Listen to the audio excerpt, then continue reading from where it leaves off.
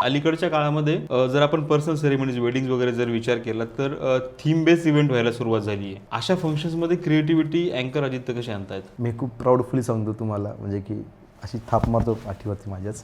हे thematic संगीतचं fad आहे ना, किंवा हे जो पॅटर्न थिमॅटिक संगीतचा, हे याचा पायोनियर मी आहे, कारण हे मी आणले मार्केटमध्ये. सो याच्यामध्ये मी काय थीम्स लॉन्च केलं आहे. तुमची अँकरिंगची सुरुवात कशी झाली? हा प्रवास कसा होता? एक छंद असतो, मग ते छंदाचं रूपांतर प्रोफेशनमध्ये होतं. माझं थोडं वेगळं गणित आहे माझ्या अँकरिंगबद्दलचं. स्टेज कंट्रोल असेल किंवा ऑडियन्सचं कनेक्ट असेल, ह्या गोष्टी हँडल करत असताना नक्की दमछाक कुठे होते? दोन गोष्टी असतात. ह्या सगळ्या अनुभवांमध्ये अशा काही लर्निंग ज्या कायम लक्षात राहिल्यात? प्रत्येक इव्हेंट हा एक लर्निंग म्हणून असतो. अँकरला सिरियसली तुमच्या इव्हेंटमध्ये घेतलं पाहिजे का, तर तो तुमच्या इव्हेंटचा आत्मा असतो. म्हणून मी माझ्या अँकर आदित्य ह्या नावाच्या खाली मी माझी टॅगलाईन वापरतो, स्पिरिट ऑफ युअर इव्हेंट. म्हणून we are the spirit of your event. अँकर Aditya is the spirit of your. तुमच्या इव्हेंटचा आम्ही आत्मा आहोत.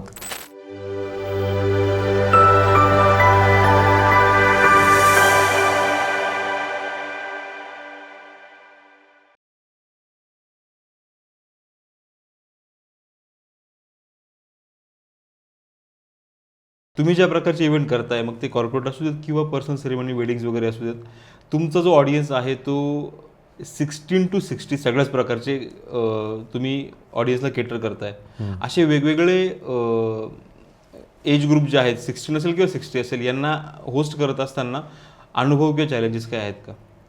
डेफिनेटली आहेत ना. म्हणजे की मी बघतो ना की जे आत्ताचे जे 16 किंवा जे यूथ क्राऊड ज्याला आपण म्हणतो, त्यांना सोशल मीडियावरचे ट्रेंड्स फॉलो करायला जास्त आवडतात. सो त्यांना त्यांच्या हिशोबाने हँडल करावं लागतं. आणि जेव्हा आपण 40+ येतो, त्यांना त्यांच्या जुन्या जमान्यातले रिच्युअल्स किंवा त्यांच्या परंपरा फॉलो करायला आवडतात.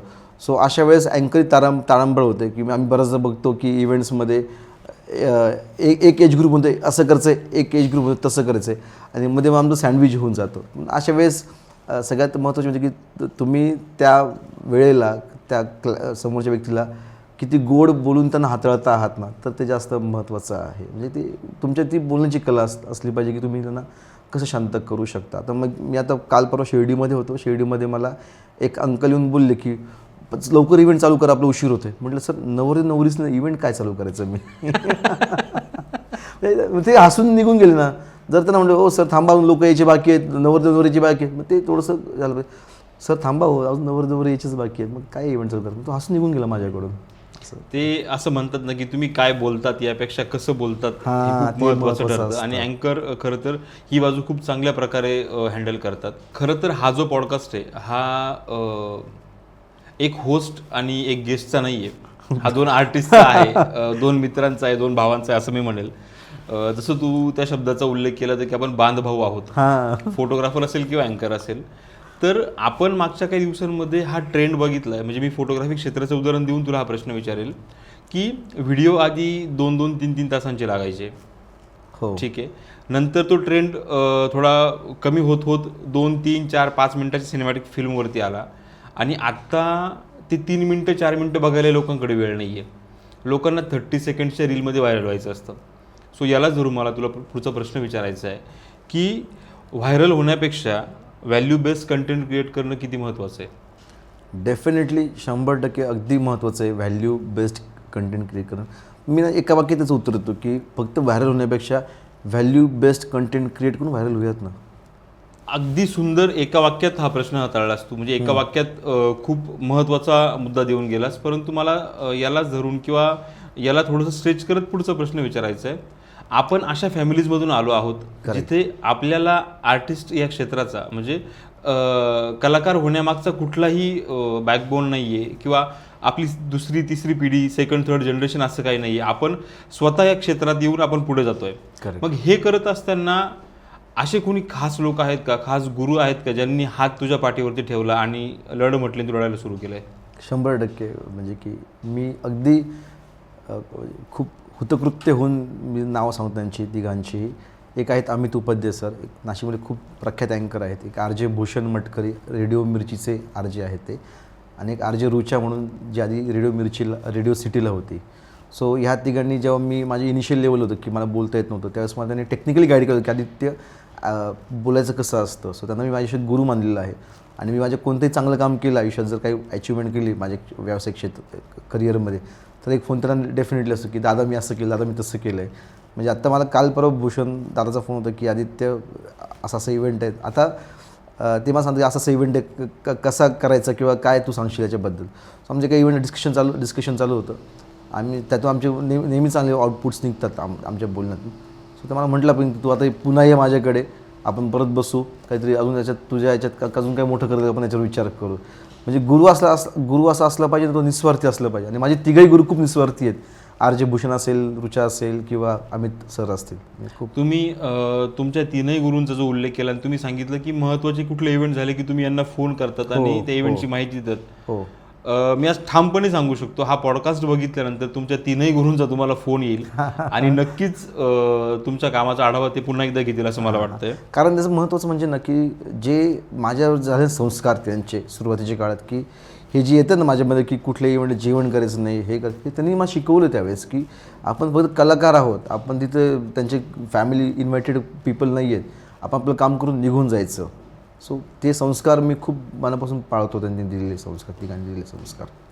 अँकरिंग क्षेत्रामध्ये करिअर करणाऱ्या म्हणजे नवोदित जे निवेदक आहेत, जे हल्ली आता माईक धरायला लागलेत, अगदीच सुरुवात करताय, धडपडतायत, हातपाय मारतायत, प्रयत्न करतायत, अशा धडपड्या अँकर्सला, नवोदित अँकर्सला, नवीन उभं राहणाऱ्या तरुण तरुणींना तू काय सल्ला देशील?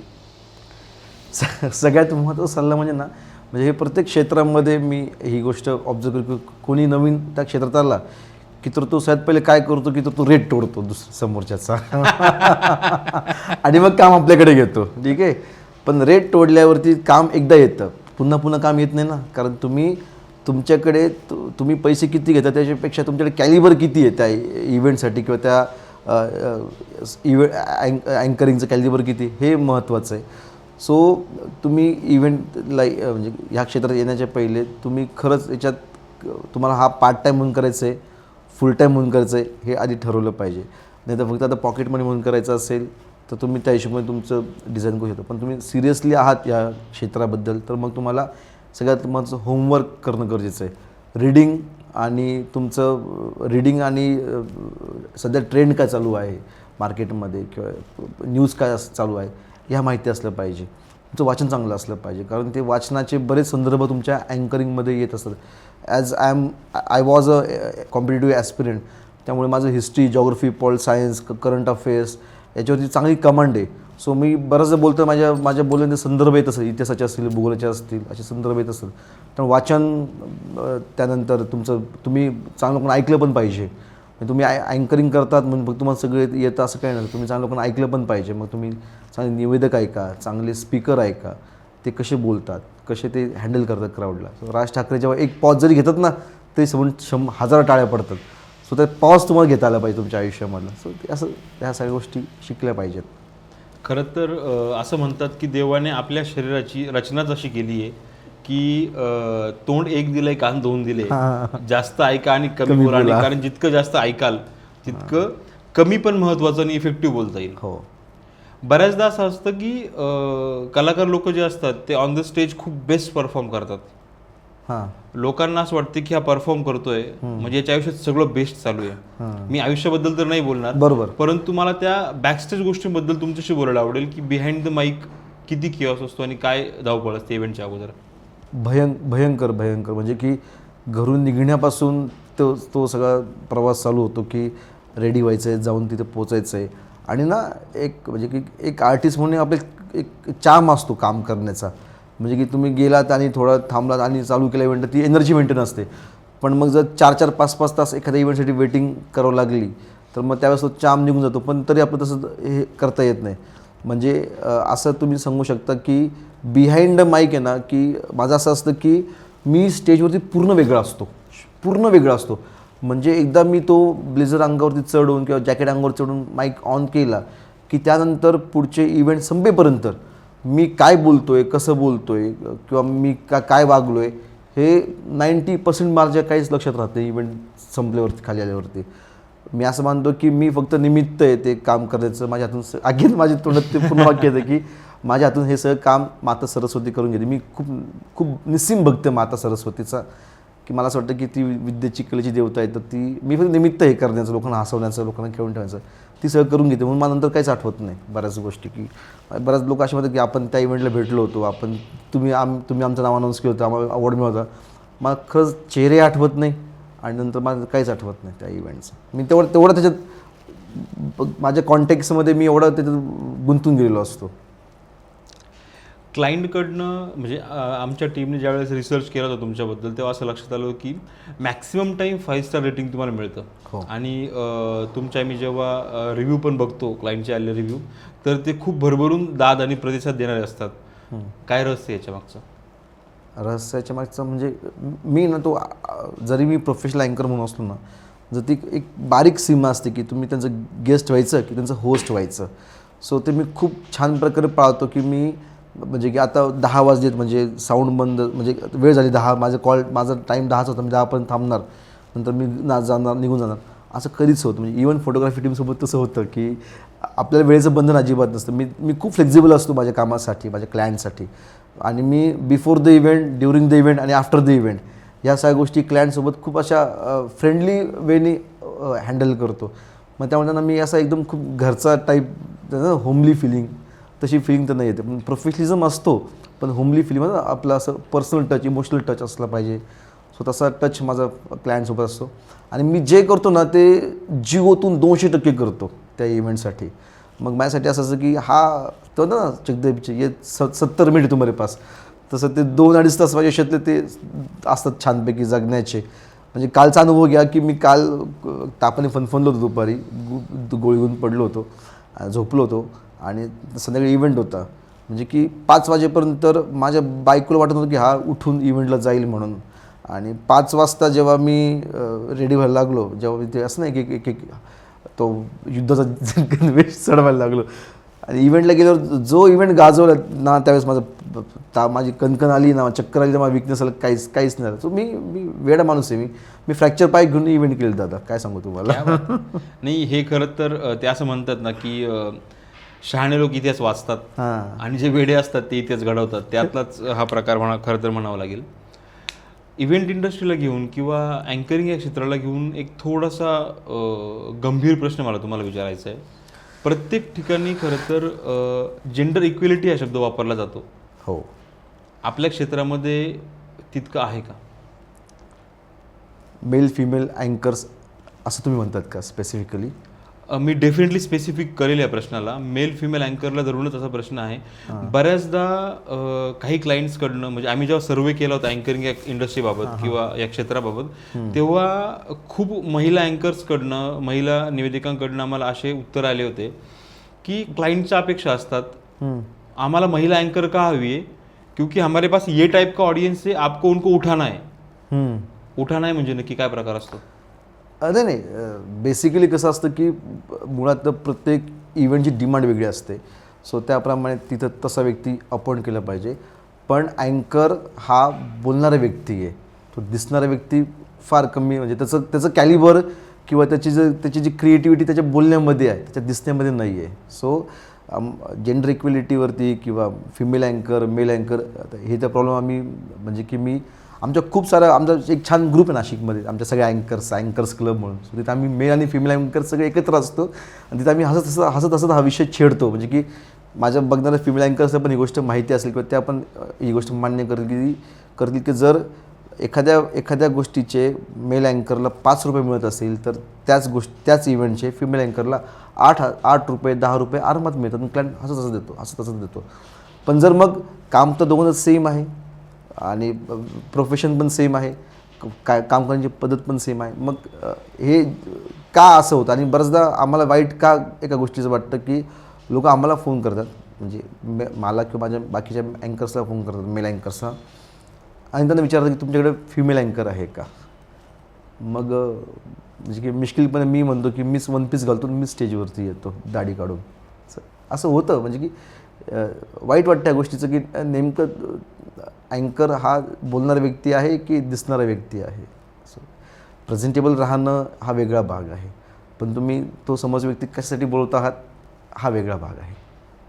खरं तर या गोष्टीला मी असं म्हणेल की तुमचा दृष्टिकोन बदलणं गरजेचं आहे, दृष्टी ऑटोमॅटिक बदलेल. बरोबर. म्हणजे बऱ्याचदा अशा गोष्टी आम्ही फेस केल्यात. आम्ही आता जसं तू आहेस तसे माझे बरेचसे अँकर मित्र आहेत, अँकर मैत्रिणी आहेत. तर ऐकायला ह्याच गोष्टी येतात क्लायंट्सकडनं की बाबा फक्त ती फिमेल आहे म्हणून तिला प्रेफरन्स दिला जातो, फक्त ती फिमेल आहे म्हणून तिला प्रेफरन्स दिला जातो. आणि तो अँकर असेल, तो आर्टिस्ट असेल, बरेच क्लायंट, मी ऑन कॅमेरा हे वाक्य बोलतोय, बरेच क्लायंट फक्त शोभेची वस्तू म्हणून त्या व्यक्तीला पुढे प्रेझेंट करतात. वाईट वाटतं या गोष्टी. जेव्हा मैत्रीण सांगतात ना आम्हाला या गोष्टी, की आम्हाला सांगितलं क्लायंटने की तुम्हाला वन पीसच ड्रेस घालायचा आहे, फिश कटच घालायचा आहे, हेच घालायचं आहे, तेच घालायचं आहे.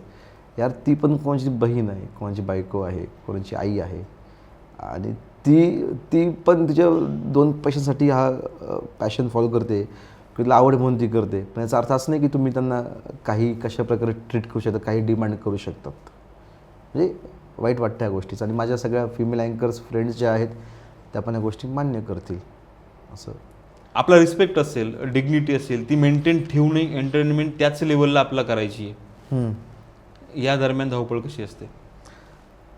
तुम्ही कॉन्टेंट काय वापरतात ना ते जास्त महत्त्वाचं असतं याच्यामध्ये. म्हणजे की अगेन हा सगळ्या शब्दांचा खेळ असतो, वाक्यांचा खेळ असतो, की तुम्ही तुमचा रिस्पेक्ट मेंटेन ठेवताना किंवा तुमचं एंटरटेनमेंट करताना की ती एक लाईन असेल ना ती क्रॉस नाही केली पाहिजे. म्हणजे की जसं आपल्या एक बोलीभाषा असं बिलो द बेल्ट नाही गेलो पाहिजे, आपण अपर द बेल्टच असलं पाहिजे. सो आपोआप त्या गोष्टी घडतात डिग्निटी मेंटेन करताना. आणि मेन म्हणजे की तुमची इमेज मेंटेन राहिलं पाहिजे. म्हणजे की मी खूप प्राऊडफुली सांगतो की मी जवळपास 10 वर्षांपासून इंडस्ट्रीमध्ये आहे, एकही माझ्या चारित्र्यावरती डाग लागला नाही आहे. म्हणजे की मी रोज वेगळ्या लोकांसोबत असतो, रोज खूप सारे इंट्रॅक्शन्स माझ्यासोबत होत असतात, पण एकही डाग मला लागलेला नाही आहे. आणि हे सगळं माझ्या गुरूंनी मला शिकवलं आहे की इथं वावरत असेल ना तर हे नियम, हे डिसिप्लिन तुम्हाला पाळावं लागतील. आपोआप घडतात. आणि तुमचा फोकस राहिला ना त्या गोष्टीवरती, कामावरती, तुम्हाला ते कामच म्हणजे आम्हाला फक्त डोळा दिसतो, अर्जुनाचा पक्ष्यांचा डोळा. बाकी ते सगळं मोहमाया असते आमच्यासाठी. क्या बात आहे. म्हणजे खरं तर पिक्टोग्राम चावडी या व्यासपीठामार्फतही तुमच्या 3ही गुरूंना आम्ही पुन्हा एकदा वंदन करतो की त्यांच्या अशा चांगल्या जडणघडणीमुळे, चांगल्या शिकवणीमुळे इंडस्ट्रीला एक चांगला अँकर मिळाला आहे. आदित्य, गव्हर्नमेंट प्रोग्राम असतील, फेस्टिवल्स असतील किंवा NGO सारखे इव्हेंट होस्ट करायचे असतील तर तिथून इन्कम किती मिळतो आणि शिकायला किती मिळतं? सगळ्याच गोष्टी अपयशांकडे नसतं बघायच्यात. सो मी असे खूप सारे नाशिकमध्ये संस्था आहेत की ज्यांचे इव्हेंट ते माझ्यासमोर पाकिट ठेवतात इव्हेंट झाल्यावरती आणि म्हणतो की हे पाकिट माझ्याकडून किंवा माझ्या मुलीकडून तुमच्या संस्थेला डोनेशन. सो शिकायला भरपूर मिळतं. आणि मुळात आहे ना की अशा NGO सोबत काम करून ना आपल्याला आपली अवकात कळते की बॉस तुला देवाने सगळं भरभरून दिलं आहे तरी तू रडतो आहे. की काही आता मी स्लो लर्नर असतील किंवा दिव्यांग मुलं असतील किंवा बाकीचे स्पेशल चाइल्ड असतील त्यांच्यासाठी इव्हेंट करतो ना तेव्हा खूप खरंच वाईट वाटतं. आणि यांच्या चेहऱ्यावर आपण हसू आणू शकतो ना हे बघून कामाचं आपल्याला प्राऊड पण फील होतो या गोष्टीचा. म्हणजे की मी एक गोष्ट बघितली की एक याच सांगतो, एक छोटा प्रसंग आहे माझ्या आयुष्यातला. मी एका हॉटेलमध्ये इव्हेंट करत होतो आणि तिथला जो असतो ना टॉयलेट साफ करणारा दादा, तो मॉप घेऊन साफ करत असतो, त्याला माझं काम खूप आवडायचं. त्या इव्हेंटला त्या हॉटेलला बरंच जायचं इव्हेंट करायला. तर माझं नेहमी काम बघायचं. तर त्याची इच्छा होती की त्याच्या मुलाच्या बड्डेला मी त्याच्याकडे अँकरिंग करावं म्हणून. क्या बात आहे. मग मी त्याला म्हटलं की हां करेल, काय अडचण नाही. बोलल्यामुळे माझा नंबर घेऊन ठेवला. त्यांनी वर्षभर त्या माझ्या याची वाट बघितली. त्याने मला फोन केला की म्हणे की माझ्या मुलाचा बड्डे तुम्हाला यायला जमेल का? पण माझा मुलाचा बड्डे हा कोणत्या हॉटेलला नाही आहे, कोणत्या हॉलला नाही आहे, ना घरी नाही आहे. तर आमची एक पत्र्याची चाळीची वस्ती आहे, तिथं एक समाज मंदिर आहे म्हणजे, आणि तिथं आम्हाला तो बड्डे करायचा आहे. सो त्यावेळेस तिथं एकदम प्रचंड पाऊस चालू होता. म्हणजे की अगदी 2 वर्षापूर्वीची गोष्ट आहे. प्रचंड पाऊस चालू होता आणि मी माझी गाडी घेऊन जेव्हा तिथं गेलो, सो तिथं कोणतरी खूप भारी व्यक्ती आला असं त्यांना सगळ्यांना वाटलं. आणि तो जेव्हा इव्हेंट मी होस्ट केला ना तर त्यानंतर त्याला माझा ऑलरेडी रेट माहिती होता की त्यांनी मला नव्हतं विचारलं, पण आसपासच्या लोकांचे आदित्य किती पैसे घेतात एखाद्या इव्हेंटचं बड्डे पार्टीचे. सो ते माझे पैसे आणून दिले ना. तर मी त्याला म्हटलं हे पैसे तुमच्याकडे राहू द्या, मी हा इव्हेंट पैशासाठी केलाच नाही म्हटलं. हा इव्हेंट मी माझ्या आनंदासाठी केला आहे. कारण मी जेव्हा यांच्या चेहऱ्यावर आनंद बघितला ना तर तेव्हा मला वाटलं की बॉस सगळंच पैशासाठी नसतं करायचं. काही गोष्टी या आत्मिक सुखासाठी पण करायच्या असतात. सो तो एक खूप अनुभव छान आहे मला, की मी तिथं पण काम केले की जिथं अशा म्हणजे की म्हणजे ना की थोडेसे कमी आर्थिक स्थिती असलेल्या लोकांसाठी पण मी काम केले आणि त्यांनी इतकं एन्जॉय केलं जातं तो माझा इव्हेंट आणि मला खरंच भारी वाटलं. मी माझ्याकडून साऊंड सिस्टीम पण मी माझ्याकडून स्पॉन्सर केली, की म्हणजे साऊंड सिस्टीम पण मी सांगतो माझ्या वेंडरला. छान आम्ही इव्हेंट केला, छान त्यांनी त्या वस्तीतल्या लोकांनी तो मस्त एन्जॉय केला तो इव्हेंट. क्या बात आहे. म्हणजे ह्या प्रसंगातून आपण किती डाऊन टू अर्थ आहोत हे पण दिसतंय. परंतु हे सगळं बोलत असताना तुम्ही एक शब्द वापरला होता, अवकाद. आणि आपल्या चर्चेतून मला समजलं असं होतं की तुमच्या आयुष्याचा टर्निंग पॉईंट पण अवकाद हा शब्द होता. कुठल्या तरी काही इव्हेंटला कोणीतरी तुम्हाला बसवून ठेवणं आणि मग तो संताप होणं आणि मग तो तोतरा बोलणारा आदित्य, आजचा अँकर आदित्य होणं. काय किस्सा आहे? झालं असं होतं की म्हणजे एक इव्हेंट मी होस्ट करत होतो, माझ्यासोबत एक फिमेल अँकर पण, आम्ही दोघं स्टेज शेअर करतो. 3 दिवसांचं ते इव्हेंटचं शेड्यूल होतं. सो 2 दिवस आम्ही दोघांसोबत स्टेज शेअर केलं आणि तिसऱ्या दिवशी जेव्हा मी इव्हेंटला पोचलो आणि त्यावेळेस मला सांगितलं की क्लायंटची डिमांड आहे की फक्त फिमेल अँकरने आजचं अँकरिंग करावं. अरे देवा. तुम्ही आज बसून राहा खाली. मग मी म्हटलं सर मी घरी जातो. नाही म्हणजे तुम्हाला आम्ही पूर्ण पेमेंट केलं, मग तुम्ही फक्त बसून राहायचं आज. आणि तो फॅन्ड्रे पिक्चर तुम्ही बघितलं असेल दादा. होय. फॅन्ड्रे पिक्चरमध्ये जेव्हा ती वरात चालू असते त्यावेळेस तो जब्या नावाचा जो कॅरेक्टर आहे तो त्या हातामध्ये छत्री धरून उभा असतो ना, बाकी सगळे डान्स करत असताना त्याला असं वाटतं की मला डान्स करायचा आहे पण माझ्यावर जबाबदारी छत्री धरायची म्हणून तो डान्स नाही करू शकत. सो तो त्या सगळ्या इव्हेंटमध्ये ती सिच्युएशन माझी होती की सगळे छानपैकी डान्स करतात, एन्जॉय करतात आणि मी त्या स्टेजच्या खालीच्या असं तर पायऱ्या तिथे खुशी टाकून सगळ्यांची गंमत बघतोय आणि ती बॉस ती किक मला लागली आणि मग तिथं मी ठरवलं की आता आपण एकदा परत बाउन्स बॅक करायचं. आणि मग मी क्रिएटिव्हिटी असेल, नवीन थीम्स असेल, हाय एनर्जी असेल, जिथं मी कमी पडतो तिथं मी काम करायला सुरुवात केली. एखाद्या कार्यक्रमामध्ये अचानक शेवटी जर काही बदल झाले, लास्ट मिनिट चेंजेस आपण ज्याला म्हणतो, असे चेंजेस किंवा असं प्रश्न तुम्ही कसं हाताळता? एक खूप सुंदर कॉन्सेप्ट आहे ना, आमचे अजून एक सर स्वप्नील गीते सर, त्यांनी शिकवली आम्हाला. कंपोस्ट, डिरेक्टेड आणि अलर्ट. म्हणजे त्याच्या आधीपासून मी हे फॉलो करत होतो, पण हे शिकल्यापासून मी ते अजून इफेक्टिव्हली फॉलो करतो. जेव्हा होतं काय की बऱ्याचदा इव्हेंट्समध्ये शेवटी फ्लो चेंज होतात किंवा काही चेंजेस होतात. सो अशा वेळेस आलेली इन्फॉर्मेशन ही जेन्युइन आहे का हे चेक केलं पाहिजे. ती नंतर त्या इन्फॉर्मेशन आपण पुढे पास केली होती, ऑडियन्सला पास केली होती, काय चेंजेस होऊ शकतात, काय बदल होऊ शकतो याचं तुम्हाला ॲझ्युम करता आलं पाहिजे आणि त्याप्रमाणे मग तुम्ही ते गोष्टी हाताळल्या पाहिजे. पण याच्यामध्ये सगळ्यात महत्त्वाचं असतं ते, याच्यामध्ये सगळ्यात इम्पॉर्टंट असतं ते म्हणजे तुमची पेशन्स लेवल. ती पेशन्स लेवल तुमच्याकडे असली पाहिजे, फ्लेक्झिबिलिटी असली पाहिजे आणि सगळ्यात महत्त्वाचं म्हणजे तुमच्याकडे चांगला अनुभव असला पाहिजे कार्यक्रमांचा. तर तुम्ही हे सगळं छानपैकी हँडल करू शकतात असं मला वाटतं. अँकरिंग या क्षेत्राची खरं तर ही सगळी एक बाजू आपण बघतोय. या क्षेत्राची दुसरी बाजू पण आहे.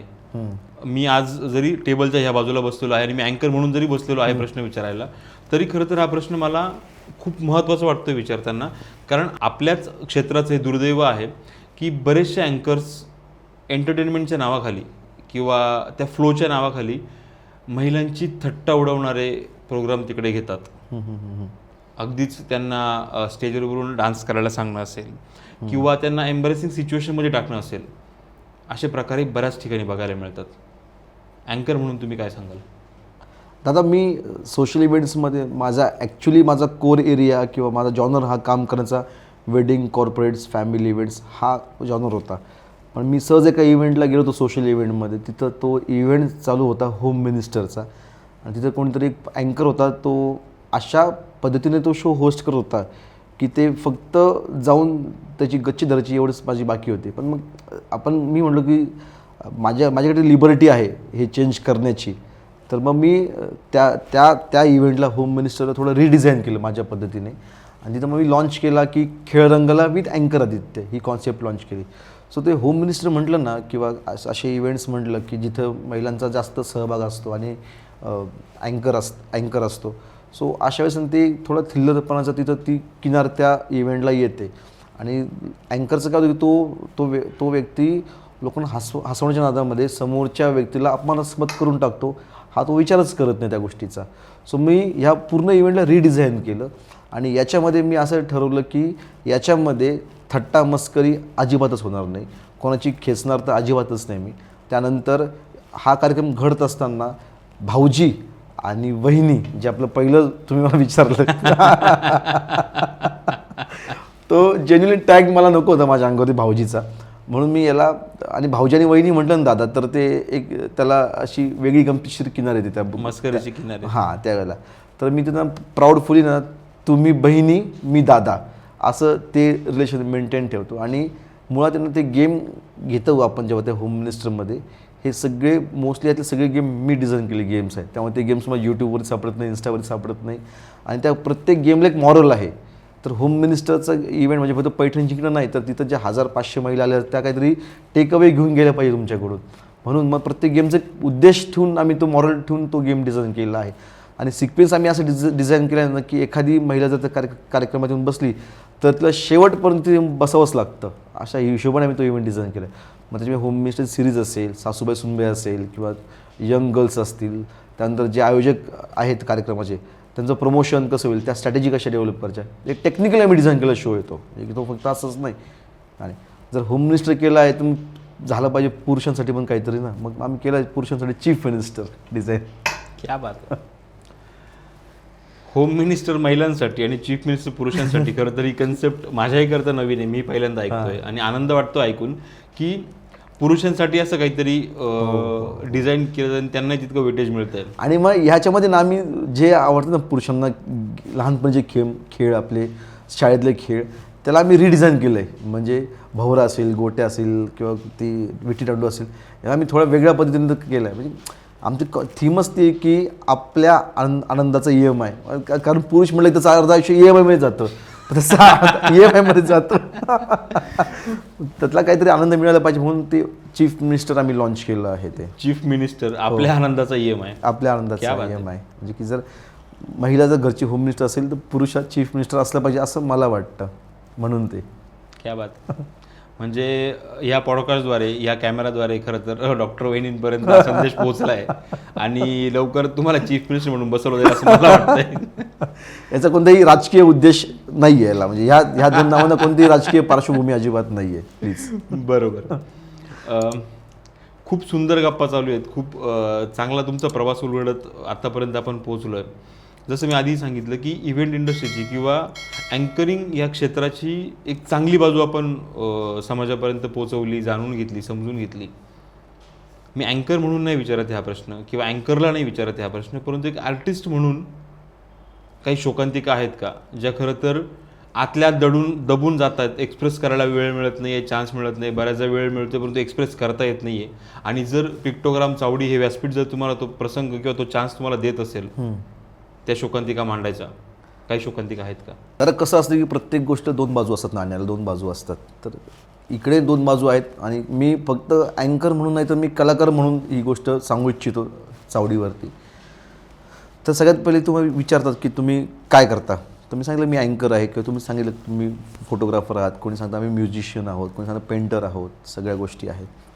मग ते विचारतात तुम्ही हे झालं छंद, अजून तुम्ही काय करता. पण जेव्हा मी सांगतो की मी फक्त फुल टाईम अँकर आहे, तर ना तो एक 2 मिनटं पॉज घेतो की आता पुढच्या प्रश्नाला काय विचारू. मग त्याचा पुढचा प्रश्न असतो की एवढ्यात होतं तुमचं. म्हटलं की सर देवीच्या कृपेने माझ्याकडे चांगले इव्हेंट असतात, माझं आता चालतं आहे. आणि मुळात कलाकार आहे ना, कलाकार हा कधीच पैशासाठी काम करत नाही, तो नाव मिळवायला काम करतो. बाकी काम तर मित्र करत असतात ना, नाम आपल्याला करायचं असतं, क्या बात. म्हणून ते असतं. दुसरी गोष्ट म्हणजे की एक अँकर म्हणून आहे ना, अजून एक गोष्ट शोकांतिका सांगावीशी वाटते की लोक आम्हाला म्हणतात की आता तू ह्या वर्षाचा आहेत, अजून तू इथपर्यंत काम करू शकतो, मग पुढे काय. तर पुढचे पण प्लॅन्स आमचे रेडी आहेत, काय करायचं कसं करायचं. डेफिनेटली मला कम्युनिकेशन याच्यावरती काम करायचं आहे. म्हणजे की जेव्हा मी अँकर ह्या क्षेत्रातून थोडं अजून पुढे जाईल, स्टेपअप करेल, तर मला कम्युनिकेशन ह्या विषयावर हात धरून खरंच जेन्युअनली खूप मोठं काम करायचं आहे. कारण अजूनपर्यंत भारतामध्ये किंवा जगामध्ये बोलणं ह्या विषयावर कामच झालेलं नाही आहे. म्हणजे जेव्हा जसं की एखादा फोटोग्राफर त्याची फोटोची प्रॅक्टिस करतो, किंवा म्युझिशियन त्याचा रियाज करतो, पेंटर त्याची पेंटिंगचं प्रॅक्टिस करतो, अँकर किंवा कम्युनिकेशन स्पीकर किंवा हे असं कधी करतच नाही ह्या गोष्टी. सो कम्युनिकेशन इंटरपर्सनल स्किल हे डेव्हलप व्हायला पाहिजे आणि त्यातून किती इम्पॅक्ट जाणवतो तुमच्या दैनंदिन आयुष्यात. सो त्यासाठी मला कम्युनिकेशन्स वरती काम करायचं. पुढचं बोलणार होतो पण ते पुढच्या चावडीला बोलेल ते. म्हणजे यातून हे अधोरेखित होतंय की चावडीवरती अशा गप्पा अनेक वेळा होत राहणार आहे आणि आमच्या प्रेक्षकांना ते ऐकायला भेटत राहणार आहे. अँकरिंग या क्षेत्राची दुसरी बाजू समजून घेत असताना खरं तर आपण सरते शेवटीचे 1-2 प्रश्न घेतोय. हां. असा काही प्रसंग आयुष्यामध्ये घडलाय का जिथे 24 तास राबतोय आणि तरी हसतोय? अरे आत्ता जस्ट घडला आहे एक काही दिवसांपूर्वी. म्हणजे की आदल्या दिवशी मी हल्दी संगीत असं इव्हेंट 2 इव्हेंट केले होते. तो इव्हेंट संपून मी रात्री 1:30 वाजता घरी आलो. जेवण करून झोपता 2:30 वाजले. अर्धा तास पडलो, पुन्हा उठलो, फ्रेश झालो. 3 वाजता मी 3:30 वाजता आंघोळ करून 4 वाजता रेडी होऊन घराच्या बाहेर पडलो. 4:30ला मी पोचलो ग्राउंडवरती. 4:30 पासून मी अँकरिंग सुरू केली मॅरेथॉनची. ती माझी अँकरिंगचं इव्हेंट. आणि मॅरेथॉन म्हणजे की एक 5-6 हजाराचा क्राऊड आणि त्या क्राऊडला एनर्जी द्यायचं काम होतं माझं. सो तो इव्हेंट केला. त्यानंतर मी एक ॲनिव्हर्सरी केली. त्यानंतर मी गेट टुगेदर केलं. त्यानंतर मी परत संध्याकाळी हळदी संगीतला गेलो होतो. म्हणजे मी जवळपास ह्या 1.5 दिवसामध्ये 7 इव्हेंट जगलो होतो. आणि खरंच जगलो होतो मनापासून जगलो होतो. म्हणजे तिथं मी त्यावेळेस त्या 1.5 दिवसामध्ये फक्त मी पाणी ORS एवढंच करत होतो. ना माझे पाय दुखले, ना मला भूक लागली, ना काही. मला फक्त पुढचा इव्हेंट हा इव्हेंट. आणि जेव्हा मी संगीतचा शेवटचा इव्हेंट संपवला आणि जेव्हा स्टेजवरून खाली येऊन माईक ऑफ केला त्यावेळेस मला क्लायंट म्हणे, आदित्य सर क्या एनर्जी थी आपकी. आणि त्यांना काय सांगू, ही एनर्जी फक्त H2Oची आहे, फक्त ORSची आहे. खरं तर ती एनर्जी फक्त ORS किंवा H2Oची नव्हती. ती एनर्जी होती त्या 1.5 दिवसात भेटलेल्या असंख्य ऑडियन्सची, त्यांच्या त्या प्रेमाची आणि त्यांच्याकडे मिळणारी ती जी दाद तुम्हाला मिळते त्याची खरं तर ती एनर्जी होती. हे सगळं करत असताना अगदीच शेवटचा प्रश्न आता विचारतोय. हजारो ऑडियन्सला तुम्ही रोज कनेक्ट करतात. हो. कॉर्पोरेट असेल, पर्सनल सेरेमनीज म्हणजे वेडिंग्स वगैरे इव्हेंट असतील, हजारो महिला, हजारो पुरुष, हजारो बालक, सगळ्यांना तुम्ही कनेक्ट करतात आणि मनमोकळेपणे संवाद साधतात. आणि म्हणूनच तर गेल्या एका दशकाचा तुम्हाला वारसा आला या सगळ्या कामांचा. तुमच्या वडिलांशी कधी मनमोकळं बोललायत का? आणि जर कधी बोलला असाल किंवा नसाल, आज जर पिक्टोग्राम चावडी आमच्या कॅमेराद्वारे तुम्हाला हा जर चान्स देत असेल, तुमच्या वडिलांना काही तुम्हाला सांगायचं आहे का?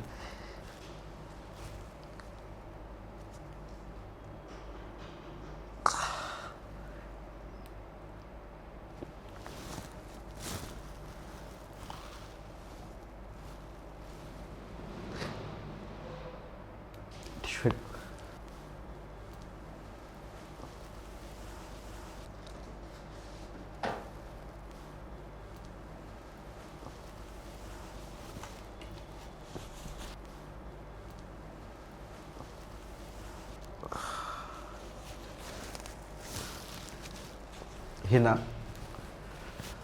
10 वर्ष, 1800 इव्हेंट, खूप मोठा आकडा वाटतो. पप्पा माझे अजून एका पण इव्हेंटला बसले नाही माझ्या. खरं तर हा म्हणजे माझे डोळे ॲक्च्युली पाणवत आहेत. हा प्रसंग बोलत असताना किंवा ह्या एपिसोडची सांगता करत असताना एक पर्सनल प्रश्न आम्ही आमच्या गेस्टला विचारतोय आणि त्यांचे अश्रू थांबत नाही. ॲक्च्युली ते बघून माझे डोळे पाणवत आहे. कारण हा जो प्रश्न मी विचारला आहे हा फक्त एकट्या आदित्य करता, एकट्या विकास करता किंवा एकट्या कुठल्याही आर्टिस्ट करता नाही आहे. हा प्रश्न त्या प्रत्येक आर्टिस्ट करता आहे ज्याच्या फॅमिलीचा सपोर्ट असतो, नसतो, दिसतो, कधी दिसत नाही. परंतु आजही तो प्रत्येक आर्टिस्ट त्या सपोर्टची मागणी त्याच्या फॅमिलीकडनं करतोय. त्या प्रत्येक आर्टिस्ट करता त्या प्रत्येक आर्टिस्टच्या मनातली भावना हा प्रश्न आहे. आणि तेच आदित्य मी तुमच्याकडनं ऐकायची इच्छा व्यक्त करतो. हे ना खूप मोठं वाटतं सांगायला. असं 10 वर्ष, 1800 इव्हेंट, 7 इव्हेंट 1.5 दिवसात केले. सगळं भारी वाटतं, जागेवर भारी वाटतं ह्या गोष्टी. पण मी म्हटलं माझे 2-3 आयुष्य होतं आयुष्यामध्ये. एक गेटच्या बाहेरचं आयुष्य, एक हॉलमधलं आयुष्य आणि एक बायकोसोबतचं आयुष्य. तर जेव्हा मी येतो ना असं भारी इव्हेंट करून घरी येतो ना, गेट उघडलं की तिथं आदित्य संपून जातो. म्हणजे थांबतो तिथं. त्याच्यानंतर मी फक्त आदित्य तो पेऊन जातो. एवढे सगळे इव्हेंट केले ना, पण माझ्या एकाही इव्हेंटला पूर्ण वेळ माझे पप्पा बसलेले नव्हते कधीच. सो मला एक इव्हेंट असं करायचं आहे, फक्त तो इव्हेंटची वाट बघतोय मी आयुष्यात, किती तर बाप्पाने माझ्यासमोर बसावं पूर्ण इव्हेंटमध्ये. झालं असं होतं की बोलण्यात पण झालं माझ्या की I was an aspirant for MPSC. कोविडमुळे सगळी गणित बदलली आयुष्याची आणि पॅशनच माझं प्रोफेशन होऊन गेलं. आणि मग त्या दरम्यान मी सांगितलं वडिलांना की मला हे करायचं आयुष्यात. तिने सांगितलं की तू खुश आहे ना, मग तू कर. मग तो सपोर्ट मिळाला मला. पण मग अजून पण मला असं वाटतं की मी त्यांना सॅटिस्फाय नाही करू शकलो आयुष्यामध्ये, की त्यांना वाटतं की त्यांच्या मुलांनी हे करावं, पण मी ते नाही होऊ शकलो. पण मी जे करतोय ना ते खूप भारी करतोय आणि मी खरं जगतो माझं आयुष्यासमोर मन मोकळंपणे, ते एक वाटतं. आणि माझे पप्पा तर रिटायर झाले. मी खूप भारी रिटायरमेंट करतो. म्हणजे की रिटायरमेंट हा माझ्या आवडीचा विषय आहे, की त्याच्यामध्ये मी असं आयुष्य उलगडतो लोकांचं, एपिसोड आणतो, म्हणजे इंटरव्ह्यू करतो, आत्मचरित्र करतो. मी पप्पाला विचारतो, पप्पा तुमचं आपण करू रिटायरमेंटचा इव्हेंट. ते नको रे, काही गरज नाही. पण मग एक इव्हेंट असं करतो सरप्राईजसाठी, मी तो सरप्राईज असेल बस. खरं तर आदित्य, अँकर आदित्य आपण ज्यांना म्हणतोय, त्यांचे अश्रू त्यांना खरं तर कंट्रोल होत नाही आहे. आणि त्या आवाजात, त्या जड आवाजात त्यांनी सगळे उत्तर दिली आहे.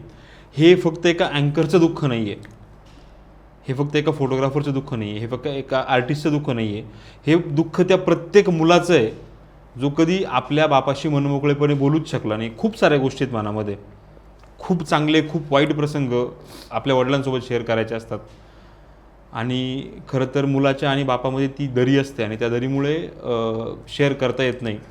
असं म्हणतात की सगळ्यात जास्त वेळ आणि सगळ्यात मोठं अंतर हेच आहे की मुलाचं आणि वडिलांच्या मधलं अंतर किंवा ती दरी खरं तर कमी करण्याचा प्रयत्न प्रत्येक कलाकाराच्या आयुष्यातला, प्रत्येक मेल कलाकाराच्या आयुष्यातली ती दरी कमी करण्याचा प्रयत्न आम्ही करण्याचा प्रयत्न करत असतो. आणि बऱ्याचदा आमच्या ह्या पॉडकास्टमधून, या चर्चांमधून आम्ही हाच प्रयत्न करत असतो की ते संबंध पुन्हा जोडले जावेत, ते लोक पुन्हा एकत्र यावेत. कारण जो व्यक्ती स्टेजवरती 6,000, 7,000, 7,000 ऑडियन्सला कनेक्ट करतो, आपल्या वडिलांशी कनेक्ट करताना भीती वाटते, आदरयुक्त भीती असते. आणि आदरयुक्त भीती असताना विषय तोच असतो की बाबा मागचे 40 वर्ष आम्ही इतकं केलं आहे आणि तेच तू पुढे करावं, ही वडिलांची अपेक्षा असते. आणि मुलगा म्हणतो बाबा मागचे 40 वर्ष तुम्ही ते केलं आहे, पुढचे 4च वर्ष मला काहीतरी करायचं आहे, पण वेगळं करायचं आहे. आणि हेच बऱ्याचदा कम्युनिकेट करता येत नाही. आज पिक्टोग्राम चावडी ह्या व्यासपीठाचा वापर करून, खरं तर या व्यासपीठावरनं मी त्या प्रत्येक कलाकाराला आवाहन करतो आहे, जेव्हा तुम्ही हा एपिसोड बघाल, जेव्हा ही सगळी शृंखला बघाल, काहीच करता नाही आले तरी चालेल, आपल्या वडिलांना मिठी मारा आणि मनातलं ते जे दुःख आहे, जे प्रत्येक वेळी अश्रूतून व्यक्त होतं, ते तोंडाने व्यक्त करण्याचा प्रयत्न करा. इतकंच बोलतोय, तुर्तास थांबतो मित्रांनो. धन्यवाद.